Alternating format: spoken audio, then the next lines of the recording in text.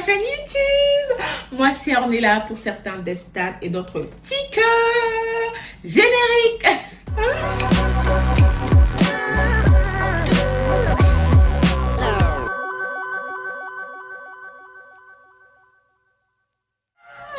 Oh mais quel plaisir de vous retrouver encore ce dimanche. Franchement, je suis sur une bonne lancée. En plus, j'aimerais vous faire un petit retour parce que ça va faire pratiquement un mois, on va bientôt dire un mois et 2 semaines que je suis de retour sur ma chaîne YouTube. Franchement, la thérapie, elle marche. Je me sens de mieux en mieux légère. Je me sens moins saturée dans mes pensées. Je me sens me libérer, quoi. Je me sens bien. Vraiment, je me sens bien. Je sais que je me sentirai mieux une fois que j'aurai déménagé, j'aurai fait certaines choses. Enfin, j'ai plein de projets dans ma tête. Mais là, actuellement, je savoure le fait que je me sens bien. D'ailleurs, j'espère que mes vidéos vous font du bien aussi parce que j'aimerais bien que ça soit réciproque, que ça vous fasse du bien. Et je vois aussi que la famille YouTube s'agrandit. Merci à tous les nouveaux qui se sont abonnés. Et d'ailleurs, je reviens avec une belle nouvelle coupe. J'ai un nouveau changement capillaire. Je sais pas ce que vous en pensez. En tout cas, moi, j'adore. Et pour les filles qui ont ce genre de coupe là, il faudrait penser à accessoiriser avec les boucles d'oreilles, avec un bon maquillage. D'ailleurs, je me suis bien maquillée. J'ai accessoirisé ma tenue. Voilà, j'ai un petit éventail parce que qu'est-ce qu'il fait chaud. Bon, bref. Alors, pour toutes les personnes qui me connaissent, savent que c'est depuis 2020 que je vous partage mon parcours de santé. Sachant que j'ai des problèmes de santé en fait depuis des années, avant 2020. Je vous explique tout ça parce que pour celles qui ne connaissent pas, moi je suis congolaise de Brazzaville 242 et je suis née là-bas, j'ai grandi là-bas, j'ai fait mes études là-bas, j'ai quitté le Congo en 2006.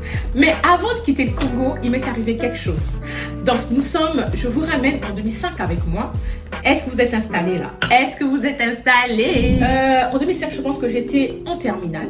J'avais des problèmes au niveau de la jambe. Je vous parle de la jambe qui n'est plus là aujourd'hui. Ouais. La jambe qui n'est plus là aujourd'hui, mais bon, bref.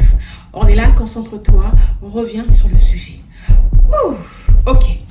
En 2005, j'avais des problèmes au niveau de ma jambe qui me faisaient mal. Et au toucher, je ressentais cette masse, cette boule. Voilà, je ressentais ça. Mais malheureusement, la boule m'envoyait des décharges électriques. Ma team, je ne sais pas trop comment vous expliquer ça. Mais tout ce que je sais, c'était une décharge électrique, mais tout le temps. Ça faisait dedans, dans ma jambe. Et dès que je marchais un peu trop, dès que je pratiquais un peu de sport, j'avais des douleurs. J'avais des douleurs qui me remontaient. Donc j'en parle à mes parents. Je leur dis, j'ai mal à la jambe, ça chauffe, ça me fait mal, ça m'envoie des décharges électriques.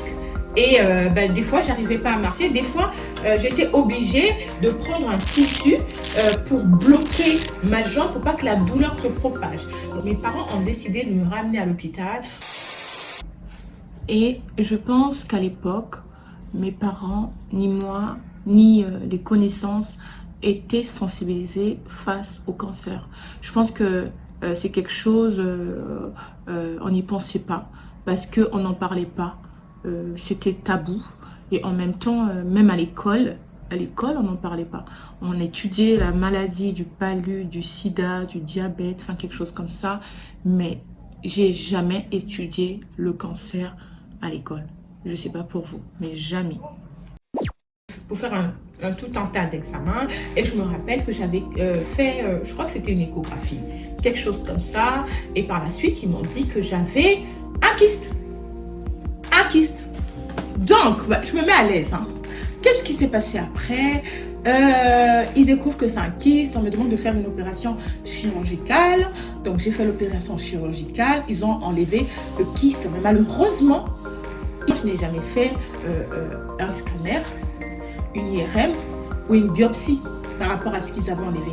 Donc, en 2005, je ne pouvais pas savoir si c'était une tumeur bénigne, si c'était une tumeur maligne. Je ne savais rien du tout. Donc, ils m'ont enlevé le soi-disant kyste, mais sans examen approfondi. Donc, à cet âge-là, c'était en 2005, j'étais très très jeune, j'avais même pas 20 ans. Moi, je me dis que je suis guérie, tout est parti. Et par la suite, en 2006, je pars en Tunisie. Voilà, j'ai fait mes études en Tunisie, j'ai passé 3 ans en Tunisie. Et quand j'arrive en Tunisie, sur la même jambe, en 2000, je crois que c'était en 2007, donc 1 an après mon arrivée en Tunisie, j'ai recommencé à avoir des douleurs au niveau de la même jambe.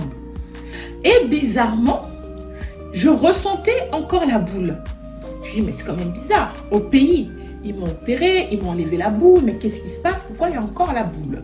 Donc, il y a un moment, je n'arrivais plus du tout à marcher. Ça, c'est en 2007. J'arrivais plus du tout à marcher. J'avais des douleurs et toujours cette décharge électrique. Je ne sais pas du tout comment vous expliquer ça. Mais la décharge électrique, elle était en mode elle s'arrête. Elle s'arrête. D'ailleurs, les filles, si vous ressentez, pas une douleur, mais une boule qui vous envoie un peu trop d'informations entre la douleur, les décharges électriques, la chaleur, s'il vous plaît, ne traînez pas. Allez consulter, allez consulter. Donc là, on est en 2007. En 2007, j'arrive plus du tout à marcher, je vais consulter, effectivement, on sent qu'il y a une masse, mais par contre, on va faire une opération. Je dis, mais c'est pas possible. Et le chirurgien qui m'ausculte me demande si après l'opération du Congo, est-ce que j'ai fait une biopsie, quelque chose comme ça. Je lui ai dit, ben non, j'ai rien fait. Et il me dit, mais comment est-ce qu'on peut savoir ce qu'ils ont enlevé? Qu'est-ce que c'est? Je leur ai dit, ben c'est un kyste. Et par la suite, le chirurgien me dit, bah, écoutez, on va faire des examens, hein. On va vous faire, je crois que j'avais fait une IRM, je sais plus trop. Ensuite, on programme une date d'opération chirurgicale en Tunisie. Donc là, en gros, c'est la 2e fois que je m'opère. Et on m'opère, on retire la masse. Et j'avais demandé à ce que je vois ce qu'on m'avait retiré dans la jambe. Et figurez-vous, quand j'ai vu, c'était une masse de chair, de peau mélangée, tout gluant, mais vraiment pas beau. Ils m'ont rassuré que tout va bien. Ils m'ont d'abord enlevé, ils n'ont pas retiré une partie, comme ce qu'on a l'habitude de faire ici. Ils m'ont d'abord enlevé toute la masse et ils m'ont dit que, on va vous rappeler. J'ai dit, ok, pas de souci, pas de souci. Et par la suite, silence radio, pour moi, tout allait bien, tout allait bien. Donc, en 2007. 2007, 2008, 2009, je quitte la Tunisie pour la France. Vers 2010, 11, je commençais mes séries d'évanouissement. Vraiment, je me sentais pas bien. Vraiment, je ne me sentais pas bien. Mais j'étais pas plus que ça. J'étais pas en alerte en fait. J'étais vraiment pas en alerte. Et vers 2010, je dis ben non.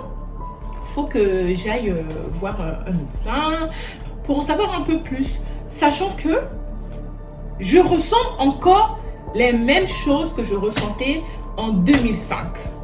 Donc, les décharges électriques, les douleurs, le côté chaud et toujours la masse, les filles. Donc, la masse, c'est déjà revenu 3 fois là, 3 fois. Donc je dis, mais c'est pas possible, la masse est encore revenue, mais qu'est-ce que je fais? Je force. Ah là là, la sensibilisation, c'est quelque chose. Je n'étais pas du tout sensibilisée. Et à l'époque, je vous promets, je ne savais pas ce qu'était le cancer. Je ne savais pas. J'ai l'impression que c'est que à la mode maintenant, quoi. En 2005, j'avais jamais entendu parler de ça. En 2006, jamais entendu parler de ça. D'ailleurs, on n'a pas fait d'études sur le cancer. En tout cas, si j'entendais parler de ça, mais c'était en mode lointain, quoi. Je me disais que c'est pas pour nous, quoi. Ça atteint que les autres. Ce que je fais, tellement j'ai mal, je me dis, non, là, ça revient encore. Faut que j'aille à l'hôpital. Là, je suis à Clermont-Ferrand. Je pars à l'hôpital, mais je connaissais pas du tout comment était le système médical en France. Enfin, je connaissais Je connaissais pas. Donc quand j'arrive à l'hôpital, je dis que non, j'ai mal à la jambe,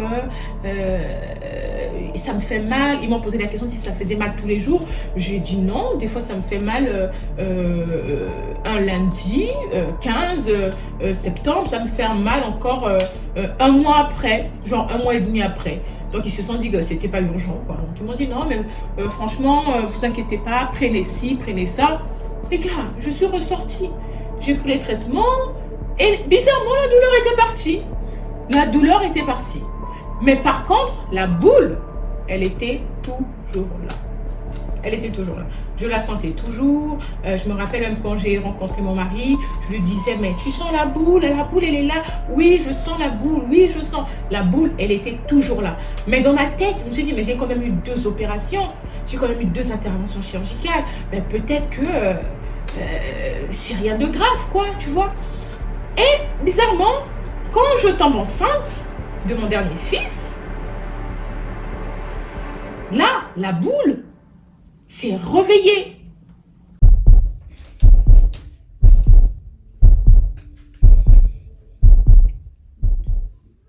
La boule s'est réveillée au point où la douleur, elle était énorme. Sachant que j'ai eu ma grossesse pour mon premier fils, j'ai pas eu de problème de jambes, de pieds. J'ai eu ma fille Inaya et j'ai pas eu de problème de jambes. Mais dès que je suis tombée enceinte de mon dernier, ben, la douleur s'est réveillée. Et là, je ressentais encore les décharges électriques. Les décharges, mes filles, les décharges électriques. Je ressentais la douleur, je ressentais de la chaleur. J'ai dit, mais non, là, c'est pas normal. C'est vraiment pas normal. Il y a quelque chose dans ma jambe. J'ai été alertée tout de suite. Mais tout de suite, les filles. J'ai vu plusieurs médecins. Et ils m'ont raconté du n'importe quoi. Ils m'ont dit que c'était ci, que c'était ça, c'était une déchirure. Mais les filles, je savais au fond de moi qu'il y avait quelque chose parce que c'est depuis 2005 que j'ai traîné cette douleur, que je traînais cette masse tumorale, que je traînais ces symptômes. Je me disais, mais là, il y a quand même quelque chose. Il faut vraiment qu'on sache ce qu'il y a dedans. Et vous savez, il n'y a rien de pire, hein, les filles. Hein. Quand on est malade et qu'on nous dise que tout va bien, et qu'on nous dise que, ah non, finalement, c'est autre, c'est ça. Mais vous savez qu'au fond de vous, que c'est pas du tout ça. Il n'y a rien de pire. Il n'y a vraiment rien de pire. Et moi, dans mon esprit, je savais vraiment que j'avais quelque chose de grave parce que ça faisait pratiquement donc 2005, 6, 7, 8, 9, 10, 11, 12, 13, 14, 15, 16, 17, 18, 19, 20. Ça faisait 15 ans. Ça faisait 15 ans, les filles, que je traînais avec ça. Ici, par exemple, au Congo, on pouvait faire des scanners, des IRM à l'époque, des biopsies. Peut-être qu'aujourd'hui, je devais encore avoir ma jambe. Parce que moi, j'ai traîné avec la maladie pendant 15 ans. Pendant 15 ans, j'ai traîné avec. Ils n'ont pas analysé ce qu'ils m'ont retiré dans ma jambe. Ils m'ont pas donné des résultats derrière. Tout ce qu'ils ont fait, c'était une opération. Ils ont enlevé, mais ils ont laissé la racine dedans. Et ça m'a pourri la vie jusqu'à aujourd'hui. Donc, moi, je pense que, je sais pas, hein, je me dis peut-être que la médecine au Congo a peut-être évolué, mais aujourd'hui, quand on a une masse tumorale au niveau de la jambe, on ne peut pas tout de suite l'enlever comme ça. Il y a quand même des examens qu'on fait avant de te faire une opération. Donc, moi, j'ai été pas du tout chanceuse, on va dire, pas du tout chanceuse. Je suis tombée sur un système de santé pas du tout performant, pas du tout en règle, pas du tout à jour. Donc j'ai subi un faux diagnostic depuis 2005. Donc pour moi, ma maladie au niveau de la jambe, c'était depuis 2005. Parce que les symptômes que j'ai ressentis, c'est les mêmes symptômes que j'ai ressentis en 2005. Quoi. Les douleurs, c'était les mêmes douleurs que j'ai ressenties en 2020. C'était les mêmes douleurs. C'est pour ça que j'étais vraiment en alerte. Je dis, c'est pas possible. On ne peut pas passer à côté. Mais par contre, j'ai quand même insisté. Hein, j'ai vraiment insisté. Je savais qu'il y avait quelque chose de grave. Mais comme je ne suis pas médecin, je ne pouvais pas m'auto-diagnostiquer. Je savais qu'il y avait quelque chose de grave. C'est pour ça que quand on m'a donné les diagnostics, voilà, c'est ça, j'y ai pas cru. J'y ai pas cru. Mais je voulais quand même vous sensibiliser par rapport à ça.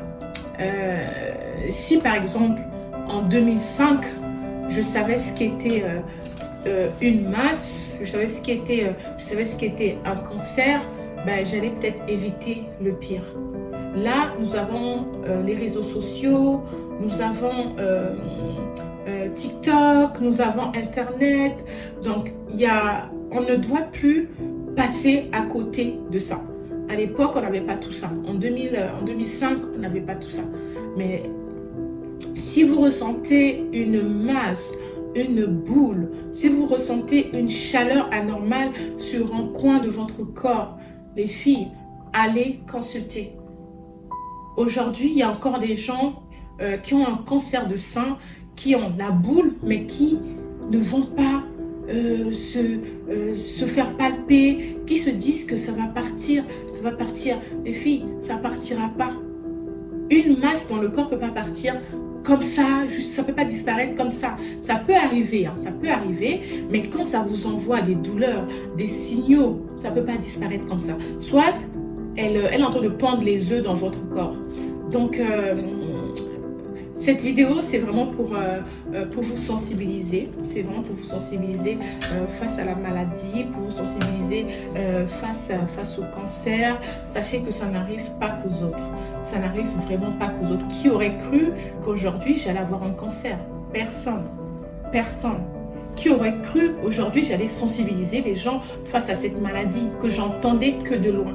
Parce qu'aujourd'hui, même mes connaissances, je pense que mes amis, mes connaissances se disent que on a toujours entendu cette maladie de loin, mais là, on fait face à ça. Donc, soyez à l'écoute de votre corps, soyez à l'écoute de symptômes. Une fatigue anormale, c'est pas normal. Une fatigue anormale, c'est pas normal. Quand on est très très fatigué, c'est pas normal. Donc, cette vidéo, c'était juste pour vous sensibiliser face à la maladie, face au cancer. Sachez qu'une maladie comme toute autre, n'ayez pas peur, n'ayez pas honte. À l'époque, tellement on n'en parlait pas, on se disait que c'était pas... on se disait que les Noirs n'avaient pas ça, parce qu'on voyait ça que chez les Blancs. Aujourd'hui, c'est avec un grand plaisir que je vous partage ça, que je vous sensibilise face à ça. Et sachez une chose, que ça n'arrive vraiment pas qu'aux autres. Ça n'arrive pas qu'aux autres. Donc, j'espère que vous avez aimé cette vidéo. C'était une vidéo qui me tenait à cœur face à la sensibilisation. C'était une partie de mon vécu que je vous partage. Donc, n'hésitez pas à laisser un pouce. N'hésitez pas à partager cette vidéo. Et on se retrouve pour un prochain épisode le dimanche prochain. Je vous embrasse et on se dit à dimanche. À bientôt.